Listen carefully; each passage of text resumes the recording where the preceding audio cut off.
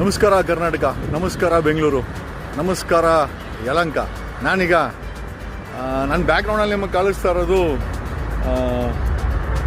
ಯಲಹಂಕ, ನಮ್ಮ ಜಕ್ಕೂರು 2 ಪಕ್ಕದಲ್ಲಿರೋ ವಿದ್ಯಾಶಿಲ್ಪ ಸ್ಕೂಲ್ ಪಕ್ಕದಲ್ಲಿರೋ ಮುಂದೆ ಐ ಥಿಂಕ್ ತಾಜ್ GVK ಅಂತ ಹೇಳ್ತಾ ಇದ್ದಾರೆ. ತಾಜ್ GVK ಅನ್ನೋ 7 ಸ್ಟಾರ್ ಹೋಟ್ಲು ಇಲ್ಲಿ ಜಸ್ಟ್ ವಿದ್ಯಾಶಿಲ್ಪ ಸ್ಕೂಲು ಪಕ್ಕದ ರೈಲ್ವೆ ಟ್ರ್ಯಾಕ್ ಪಕ್ಕದಲ್ಲೇ ಕಟ್ತಾ ಇದ್ದಾರೆ. ಇದು ಕಟ್ಲಿ ಬೇಡ ಅಂತೇನಿಲ್ಲ, ಬಟ್ ಬ್ಯಾಕ್ಗ್ರೌಂಡಲ್ಲಿ ನಿಮಗೆ ಕಾಣಿಸ್ತಾ ಇರೋದು ಇದು ಕೆರೆ, ಶಿವನಹಳ್ಳಿ ಕೆರೆ.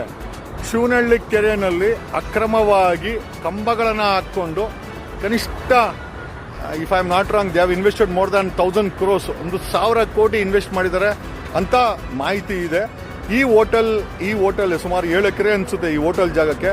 ಬಟ್ ಇದಕ್ಕೆ ರೋಡ್ ಇಲ್ಲ, ಕಾಣಿಸ್ಬೋದಲ್ಲ ಬ್ಯಾಕ್ಗ್ರೌಂಡಲ್ಲಿ.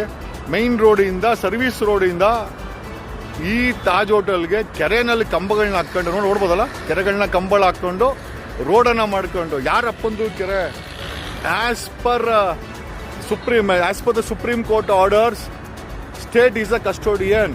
ಸುಪ್ರೀಂ ಕೋರ್ಟ್ ಜಡ್ಜ್ಮೆಂಟ್ಗಳಿದೆ, ಯಾವುದೇ ಕಾರಣಕ್ಕೂ ಕೆರೆ ಜಮೀನುಗಳನ್ನು ಒತ್ತುವರಿ ಮಾಡ್ಕೊಳಕ್ಕೆ ಬಿಡಬಾರ್ದು, ಕೆರೆ ಜಮೀನುಗಳ ಫಾರ್ಮನ್ನು ಚೇಂಜ್ ಮಾಡೋದು, ಕೆರೆಗಳನ್ನ ಮುಚ್ಚಬಾರ್ದು, ಕೆರೆಗಳಾಗೆ ಉಳಿಸ್ಕೊಬೇಕು. ಅದು ಜೀವರಾಶಿಯ ಮತ್ತು ಸಮಾಜದ ಒಂದು ಆಸ್ತಿ ಅಂತ ಹೇಳುತ್ತೆ. ಇಲ್ಲಿ ನೋಡಿದ್ರೆ ಯಾರೋ ಆಂಧ್ರದಿಂದ ಬಂದು, ಬಿಲೀವ್ ಇಟ್ ಆರ್ ನಾಟ್, ಯಾರೋ ಆಂಧ್ರದಿಂದ ಬಂದು 1000 ಕೋಟಿ ಖರ್ಚು ಮಾಡಿ ಏರ್ಪೋರ್ಟ್ ರೋಡಲ್ಲಿ, ಮೈನ್ ರೋಡಿಂದ ಇದು ಏರ್ಪೋರ್ಟ್ ರೋಡ್ ಮೈನ್ ರೋಡಿಂದ ನೋಡಿ ಬ್ರಿಡ್ಜನ್ನ ಹಾಕೊಂಡು, ಇದು ಶಿವನಹಳ್ಳಿ ಕೆರೆ ನಿಮಗೆ ಕಾಣಿಸ್ತಾ ಇದೆಯಲ್ಲ, ಇದು ಶಿವನಹಳ್ಳಿ ಕೆರೆ.